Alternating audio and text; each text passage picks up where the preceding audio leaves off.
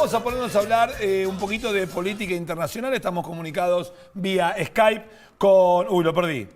Con Gustavo Segre, perdón. Con Gustavo Segre en San Pablo, allí en Brasil. ¿Qué tal, Gustavo? ¿Cómo te va? Muy buenos días. Nacho Goano y Santiago Russo desde el canal de la ciudad. Te saludamos.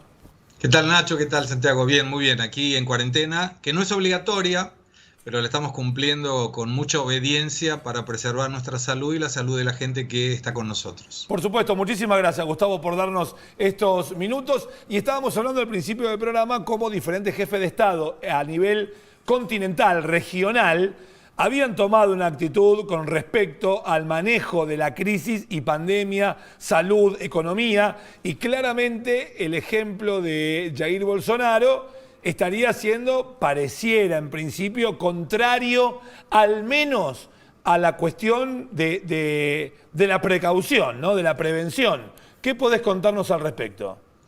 Mira, es una apuesta arriesgada la que hizo Bolsonaro. En el día de ayer, en la noche de ayer, salió una divulgación oficial, una publicidad del Estado de Brasil, del Estado Nacional, del Gobierno Nacional, con el hashtag Brasil tem que continuar, que sería Brasil tiene que seguir trabajando, donde te muestra mucha gente que está informal en la economía brasilera y que depende del trabajo de todos los días para llevar comida a su casa.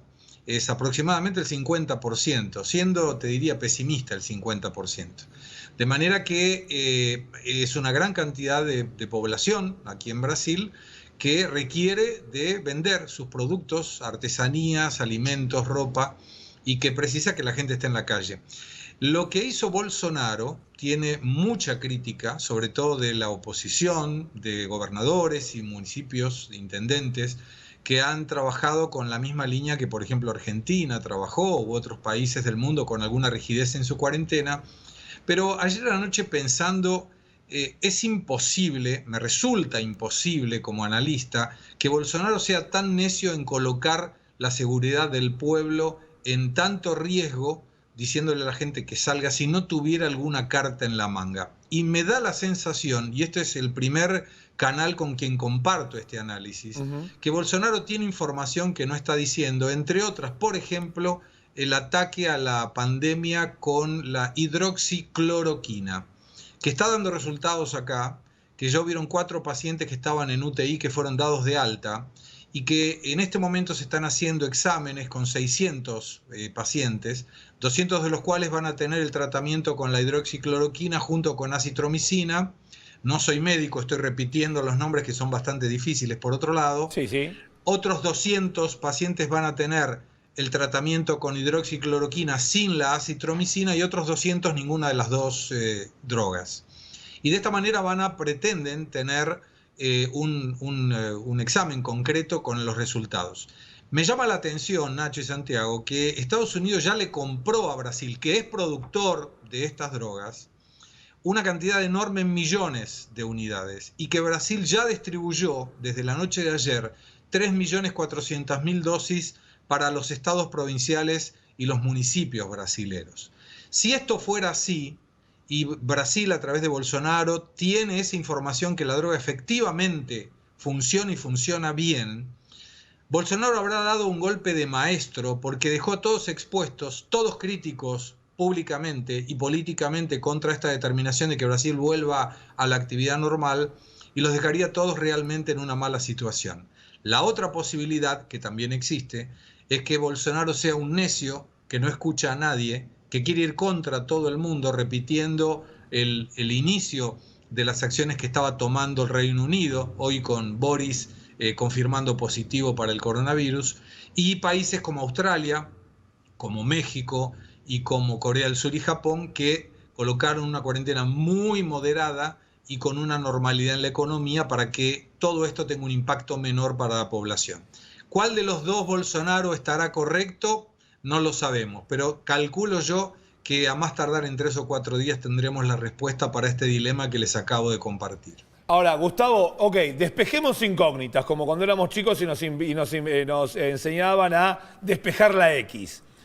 Al momento de la vida política de Bolsonaro, ¿ha dado algún golpe maestro hasta el momento? Desde el punto de vista económico, varios. Es buena tu visión. Es más, él es un elefante en un bazar con una cola muy larga y una trompa muy nerviosa, porque siempre está provocando. Es un provocador serial. Provoca a la población, a los opositores ni hablar, con una forma y un lenguaje muy directo y una forma, si se quiere, muchas veces muy agresiva.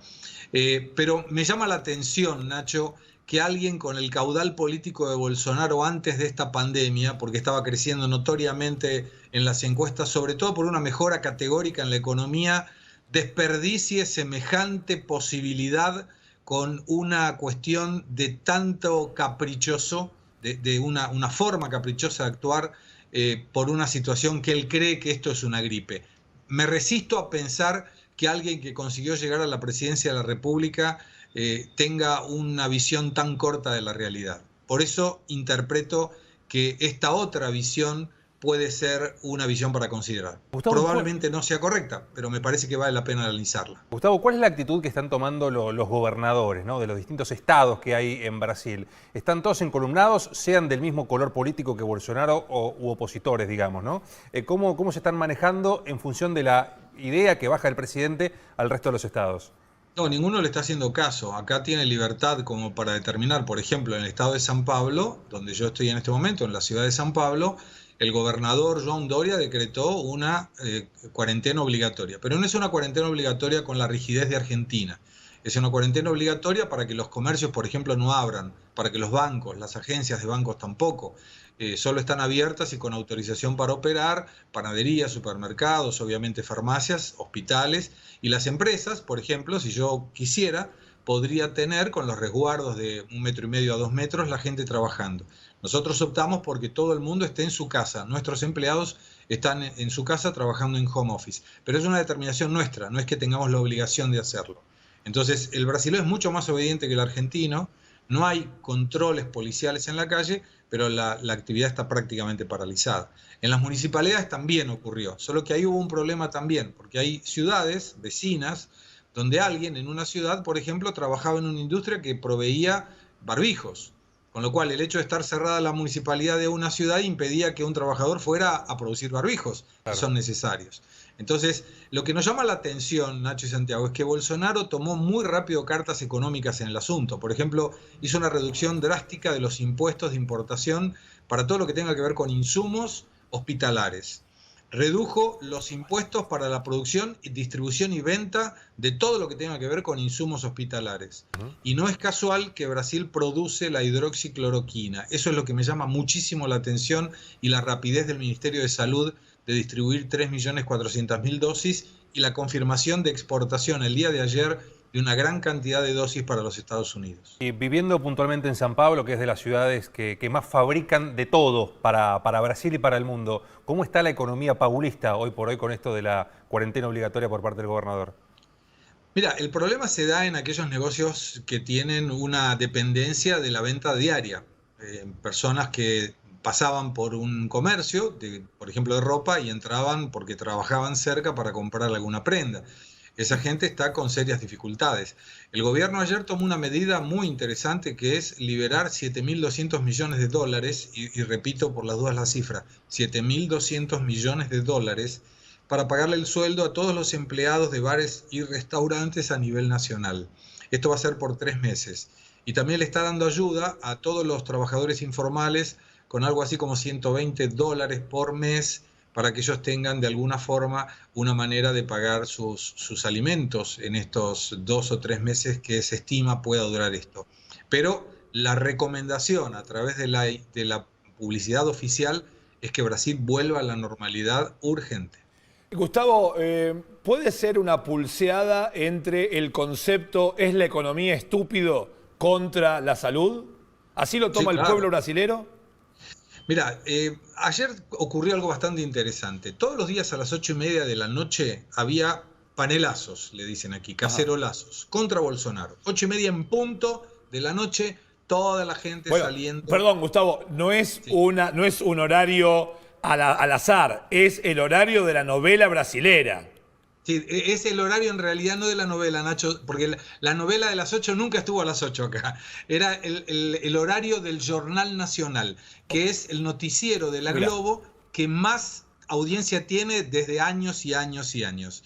Y vos fíjate que ayer, por primera vez en días, no hubo tantos panelazos. Entonces es como que empiezan a aparecer varios defensores de la teoría que la cantidad de UTIs que tiene Brasil, que son 50.000, serían suficientes para atender un pico de demanda. Por otro lado, por ejemplo, en el predio ferial de Anhembi, que sería como la sociedad rural, el predio ferial de Palermo, se están construyendo 1.900 camas con respiradores en unidad de terapia intensiva. El estadio municipal de Pacaembu tiene 800 camas también para atender a contagiados que tengan un estado de salud con gravedad leve.